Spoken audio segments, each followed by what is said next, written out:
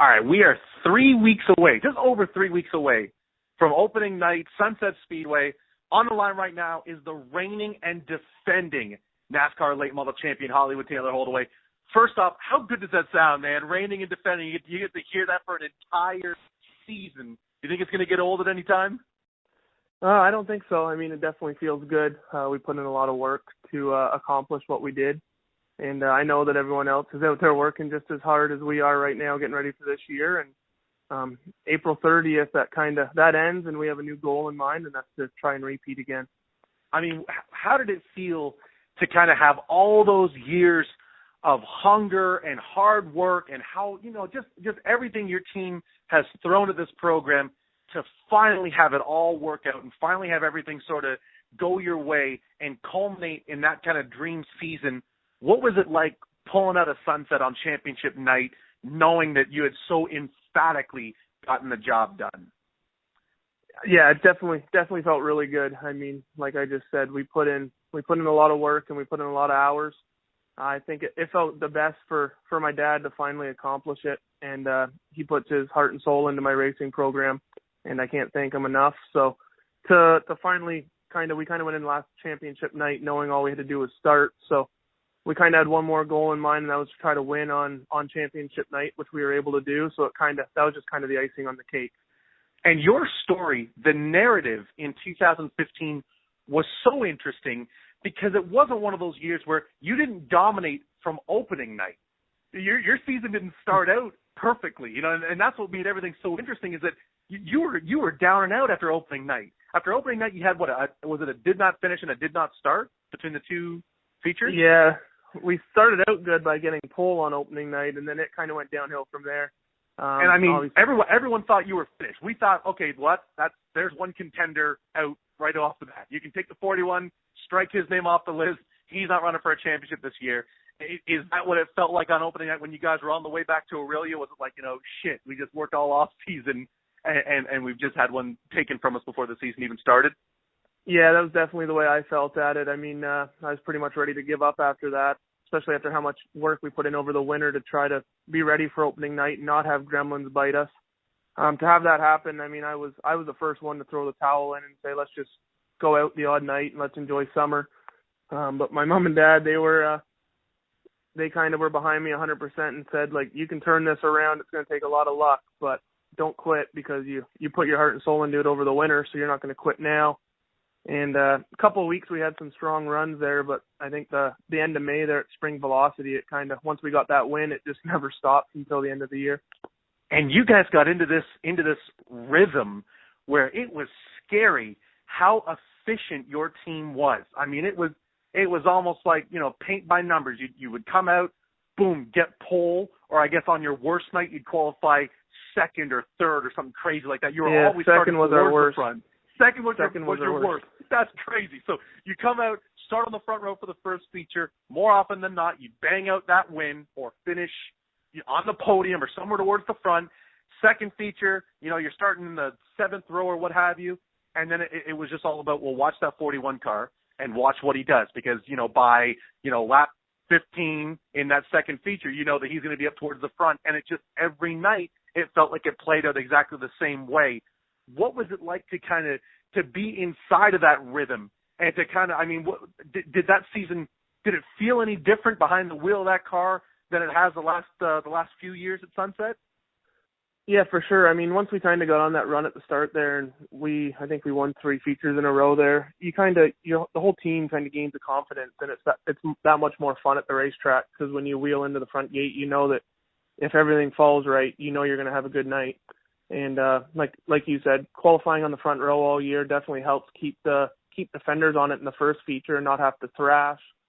So we really did have a lot of calm nights where we weren't thrashing in between features, and the crew and everyone, we could have some fun, and just luck fell on our side last year. I mean, if there was a spin in front of us, I somehow managed to miss it by an inch or 2 inches and line up on the right row. I wasn't very rarely stuck in the wrong lane, and a lot of luck went with the success that we had last year, and everything just kind of fell in. And the second feature was a lot of fun, coming from 14th a lot and kind of seeing how fast we could try to make our way to the front. being patient at the same time because we knew 35 laps was a lot of time to get there. And a lot of times we were able to, I think we won more features from 14th than we did from the front row. So that was kind of something. I mean, the numbers, you read your stats from last year and it's just head turning. You got to sort of stay on 14 wins when you're racing against 9 cars is still a lot. You know, a 14-win season is crazy no matter what field you're racing against. But when you remember that more often than not, you're racing against 26, 27, 28 cars, and they're the biggest giants in the valley. I mean, you're racing against the best dudes in the province every night.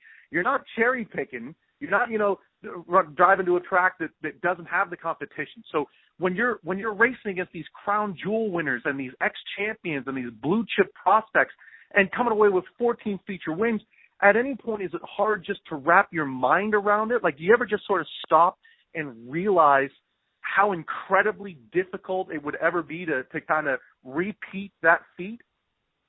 Yeah, for sure. I mean, the team, we all sat down when we were working on the car one weekend and just tried to picture what our game plan was for this year. Obviously minus my dad because he was in Florida for the winter, going to all the big races down there. But, I mean, we went with our numbers, and when you look back at it, racing against the competition at that Sunset, it's obviously not even in the cards to try to go out and do that again. I think if you set your goal out to go and try to repeat last year, you're setting yourself up for failure. So I think we're just going to go out and, like, our game plan is if we win 1 or 2 races next year and can finish in the top 5 most nights and contend for a championship, that's going to be a good year. But definitely looking back on the year, I mean, to be able to make Canadian history as the first Canadian on the podium in the wheel-in points, and to sit back and look at the names that you're racing with Pulliam and Tilson and some of these, like, those guys are doing this for a full-time job where we work an 8 to 6 job and we work on the race cars at night, and on the weekend we have one track to go to try to get our NASCAR points. So I think that was the biggest thing from last year is to sit back and see Pulliam have 58 starts and only finish 16 points ahead of us in the wheel-in points. I think that's where it really sinks in that we had a really incredible year last year. Oh, it was wild. I'm down in the States over the off season or over the course of our off season, and I got other journalists come up to me and said, "Oh, that guy from Canada had a great year. Do you know him?" I'm like, "Yeah, actually I do. He races at the same track that I work at." I mean, people are recognizing your accomplishments that have never met you, that have never seen you, that don't even necessarily know what Speedway you race at. They just know, oh, that's that guy from Canada that put up all those big numbers. I mean, that has to be such a humbling feeling for a family-owned team like your own. Yeah, it's really cool. And I mean, obviously my dad, when he was down at Speed Weeks and stuff, there was guys that noticed his championship code, and they kind of talked to him, and the win stickers in the back of his truck, people would pull up and honk at him and give him the thumbs up. So I think that made him feel good and kind of not forget about the year we had too. And like I said to everyone, it didn't really sink in on the year we had until we went down to the NASCAR banquet, and they treated you like kings down there, and it was an amazing experience. And it just makes us as a team want to dig harder and try to repeat, at least to win the track championship, to get another trip down to North Carolina. You mentioned sitting down with the team and kind of sketching out 2016 and knowing that it's probably not the best strategy to go out and try to repeat exactly what you did last year. But is it going to be difficult to kind of quiet the noise from everyone else? Because when you hear, I mean, you've got a pretty decent fan base in Sunset. People that enjoy watching you race and come to watch you compete. That I'm sure they think you can go out and do it again. I'm sure you probably have family that maybe they're not totally ingrained in racing. They might not understand how difficult it is to do. But just say, go out and do the exact same thing. Is it going to be hard to shut all that out, to kind of focus on the task at hand and not listen to everyone and their unrealistic expectations of you? I really don't think so, no, because, I mean, at the end of the day, the big picture is winning the championship at the end of the year. So if we can go out and focus on our goal and be in contention on final night to be in contention for that championship, I think you can ask any driver in any series if you could tell them win 15 races or win the championship 9 out of 10 times. The championship's the big picture. That's what people remember. I mean, obviously, the year we had, they're going to remember how many races that our team won. But at the end of the day, the champion is the one that gets written in the book. So if, like I said, if you can go out and just stay consistent all year and be in contention at the end of the year to try to repeat as champion, that's the big picture. Now, no tire soaking at Sunset this year. It's a rule that has been embraced by literally every single team I've spoken with, and I think that's the first time any track has ever had a rule change that's been embraced by every single one of its participants. Yes. In your opinion, is it going to change the complexion of the division? Is it going to change the results in the point standings? Are we going to maybe have different names closer to the top than we did last year, or is it just is it going to change things, or is it just going to be more of the same, but just in a safer, more economical fashion? Oh, for sure, it's going to change things. I mean, obviously the health risk of it, I'm glad that they changed it, because I know how much effort teams were putting into their tires, me included, and it really didn't leave much time to work on the car when your main focus is getting tires prepped for the weekend. I know we spent a lot of hours in the shop doing it, and that's definitely helped made us successful last year. And I'm sure there's a lot of people that think that that was the only reason that we ran well, and that this year we're going to be kind of back mid-pack again and running 5th and 6th. But I think it's definitely going to make the racing better. Your tire strategy is going to come into play huge this year. The only thing I can really see with it is the odd night you might have guys where last year the tires, with them soaking their tires, it was keeping their cars a little bit more stable in the middle of the season when they were getting low on tire tickets, where this year I think you might see some cars are on the edge out of control without having the tire dope and the tires going away like they do. You might see a couple cars get unstable throughout the night, and it's going to be a huge tire management game this year, and I think it's going to make for better racing for sure, and it's going to add another role into the racing as who can manage their tires the best to keep the new stuff for the end of the year.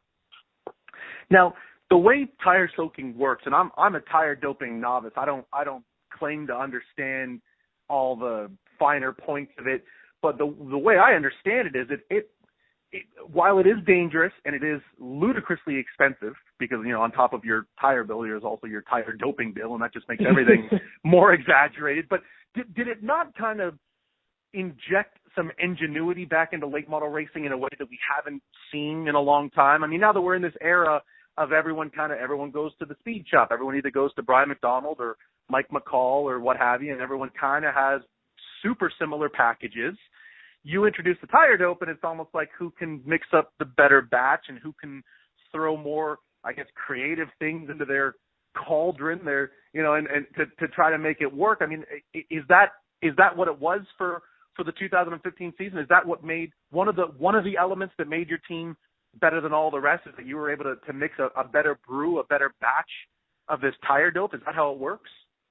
Yeah, I think so. I mean, obviously you have guys in the late model division that this is still a hobby for them, so they all work their normal jobs and they have families that they need to go home to. I'm lucky enough to have a supportive family and a supportive girlfriend that allows me to spend all the hours in the shop that I do. And I'm not going to lie, we spend a lot of hours working on tires. I mean, 20 to 30 hours a week getting tires ready is a lot of time. So I was fortunate enough that Dad could kind of work on the tires while I was running the business, and it was definitely an advantage that we had this last year. And this year that's kind of gone, which on the same side of it, I don't really mind, because now I can spend those hours rather than getting the tires done is to work, fine tune the setup on the car. So. And I mean, I think I haven't heard a lot of critics say, oh, he only won because of the tire dope. I really haven't. And I feel like anyone that's saying that, that's a way out. If you're a competitor and you're saying that he only won because he doped his tires a certain way, I feel like that's a lazy way out. If you're not working on your own stuff, you can always point to the guy next to you and say, well, I'm getting beat by him because of X, Y, Z. When really the real reason might be because you're not working on your own stuff. And I think that it's a little unfair because you went to events that did not allow tire dope and still did very well for yourself. Autumn Colors, you qualified very well. You looked great in heat races. Obviously, you got caught up in someone else's mess in the feature on lap very zero. Early on, lap 0. Yeah, but yep. I mean, you were able to go to Peterborough, and it's not like without tire soak or tire dope, you looked off the pace at all. So I feel as though that performance, even though you didn't get to put together the race that you wanted to in the feature, what you're able to do even in qualifying in a small way should silence anybody that wants to criticize what your team did last season. Yeah, and I mean, as much as the tire dope does help the cars too, I mean, it's not going to help a car turn in the center. So you still have to have a good handling car to make the tire dope work to its full effect. I mean, obviously the tire dope's going to help give you a lot of bite off when those tires are soft and sticky, but when the tire dope doesn't make the car cut through the center like ours was. And I think as long as we can continue having the car turn like it did, I think we should be in pretty good shape this year. Obviously, I know there's a lot of other guys that are working on their programs, like I said, just as hard as we are, if not harder. And we're putting in a lot of hours, and we're going to make sure we're prepared come April 30th. Luke Ramsey always says that the last thing that goes in the window is what makes the most difference, and I feel like that's just genius. It's just so, I mean, he's bang on, and I think in your case that absolutely was. It was the case of this guy that's practiced his craft for a really long time. You know, you were a hungry up and comer for a lot of years, and you sort of finally were able to make it all work and get it to all come together, and the result was this incredible season that I don't think anyone is going to be able to match in the near future. Saying that, let's talk your mentality heading into the season, because you've always been the guy chasing the big dogs. You know, you've always, I mean, when Morrow was on top, you were right there, and then, Baker had his time at the top. Walters was always right there. Cornelius had his year where he was at the top, and you were always sort of just outside of those podium spots. You were there, but you weren't the front runner. Now all of a sudden you're the big dog. You're the guy that everyone is watching. Everyone is trying to figure out a plan to beat you and to keep you out of victory lane. What's that like? What's it like to be the guy with the target on his back? Because when you get there on practice day, not even opening night, the first practice you're there, when the 41 rolls up to the lineup area, everyone's going to head for the fence to see what you're doing. Yeah, I mean, it definitely, I guess in a way it kind of feels good knowing that the other guys are kind of trying to keep up to you and seeing what you're doing to keep the car working as good as it is. If anything, I think it's adding a little bit more fire to the flame, because it's making me want to work that much harder to go out and prove this year that it wasn't just tire doping that made me successful last year, or starting up front at the first race that made me successful. It really puts, I've been trying a lot of setup stuff, kind of bouncing stuff off of my crew and everything to talk, to see what we can do to try to gain, because if you just sit back and say, oh, well, we had a good year last year, we won 14 races, we can just put the car on jack stands and come out April 30th and try to do it again, that's not going to cut it. Especially with the field that sunset. So I think it definitely added a little bit more fire to the flame, so that we're working hard to try to gain any advantage that we can, so that opening night that we're as fast as we can be. Now, race car drivers are always a great interview, because even when they win, even when they dominate, you can always sort of find that one element that they're not happy with, and you can kind of pull on that thread, and they'll give you a good interview. So let me pull on that thread right now. As good as your year was last year, I'm positive you've gone back to the drawing board, and there's something that you did last season that you weren't quite happy with, or there's something that you feel as though you can improve on or massage a little differently to get even more out of your race car. Putting you on the spot right now, is there one of those things that you can point to and say, this is what I want to improve on for 2016 to be an even better version of Taylor Holdaway? I think the biggest thing, which is normally our goal all year around, is to not have any DNFs. So anytime that you have a DNF, you're not gaining points. And to sit back and look at last year, the big circle is on opening night. I mean, we were leading when we had fuel issues on that restart. I mean, I was racing pretty hard with Gordy Shepherd, so I think we were either going to have a first or a second that night. And we didn't really get to showcase what we would have had in the second feature, but sitting back there and looking at the NASCAR points, I mean, even if we had a first and a third, that would have put us in contention for the national title. So to sit back, I really think the DNFs are the big thing. If you want to have a championship, you can't have a DNF. We were really lucky to kind of go on the roll that we did and and end up winning a championship, being a whole points race, really, if you think about it, behind everyone else, because we didn't get any points for that second race. So the DNF is definitely the big thing. I mean, we had a really good year, because after that, I don't think we never finished outside the top 5. So there's really, you can't get too picky when you have a year like you do. I'm sure I could say it, like most any race car driver, they want to win every race they enter, but that's not realistic. So I think the DNF part of it is a big thing, and if we could go out this year and finish top 5 on every race night and have a solid, consistent year, I think that'd be another successful year. When you look at the roster that Sunset's assembled again, and I feel as though every one of these interviews I do with a late model guy, I can't help but bring it up, because when you look at the name of the list of names, it's just like, gee, I mean, it's every relevant guy in the province just about. I mean, there aren't a lot of guys that are still running limited late model that aren't at Sunset. I mean, there's a few, but not a lot. And well over 30 cars again registered, and it looks as though every night it's probably going to be around, 29, 30, 31 cars. So tell me right now, I mean, as a competitor and as a race fan, April 30th, what do you feel, what's the atmosphere going to be like when we roll in the pits and you got 30 plus of the best cars in the province? I mean, why should these people come out and watch you guys go to work? What's it going to feel like? I mean, it really feels like it's like the Canadian Snowball Derby every week going to Sunset. I mean, you go Snowball Derby, obviously you have every car that makes a race is having a good chance at making it. But at Sunset, you have 12 cars that can win any given night. So with the amount of competition that's there, for any race fan in Ontario to be able to go to Sunset, and you're getting your money's worth when you go there, to see the battles that get put on in the clean racing. And not only in the limited late model division, I mean, you have super stocks, you have great racing, the mini stocks, mighty minis. Any division that's there, it's just a great show that's put on by great owners and a great group at Sunset. And for the fans that can't make it down to go to the Snowball Derby and see the big race, or go to any of the big late model races down there, the amount of competition at Sunset, I really feel, is equal to a lot of the big races down in the south that are there every weekend.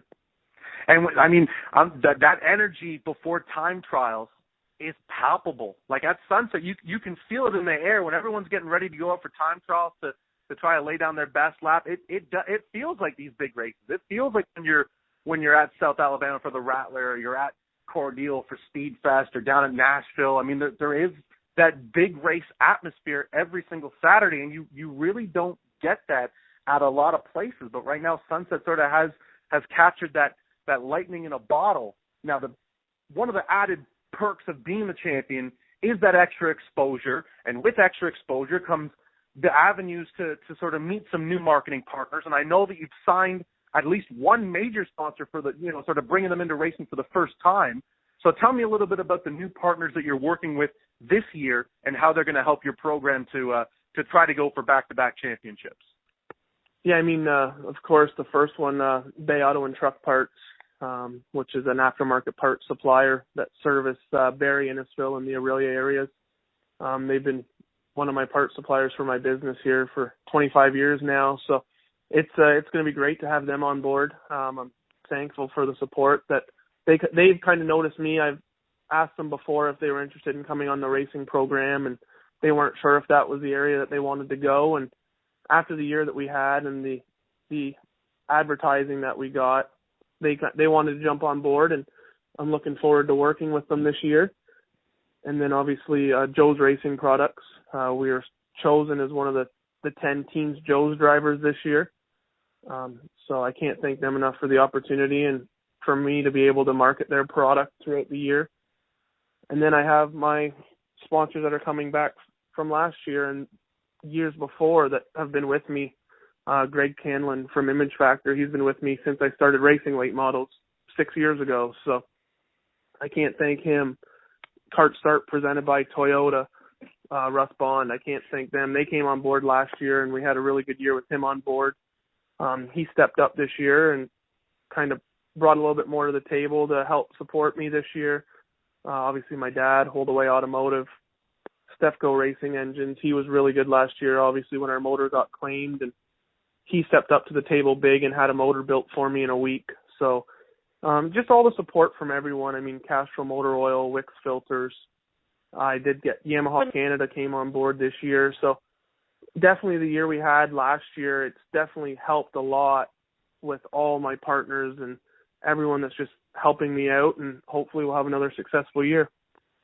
Taylor, I wish you all the best, man. Thank you so much for taking the time, because I know this is busy season, started going through all the little nuts and bolts and getting ready for practice day. The car was at the Motorama show. It looks awesome. Looks very similar to the 14-win car that you had last year. And I get, hey, when things are working, don't change a thing. I subscribe to that theory too. Makes perfect sense. So all the best this year. Thank you for the time, and I'll see you on April 30th with about 29 or 30 of the other of the best late model drivers in Ontario. Yeah, thank you. Just one last shout out. I got to thank all the guys that helped me all winter working on the car. I mean, Craig Pearsall and Chris Maddox have been up here every Saturday helping me work on the car and making sure everything's A1 for the start of the year. Scott, I know we're getting him a new car ready for April 30th. So I haven't seen him much this winter, but we've been talking on the phone and that a lot. And he's been up at Streamline Race Products getting that race car ready with Sean. And Sean McWhorter's been up a couple weekends helping me get the car ready. So I just can't thank everyone enough that's been helping me throughout the winter just to make sure we're ready to go on April 30th.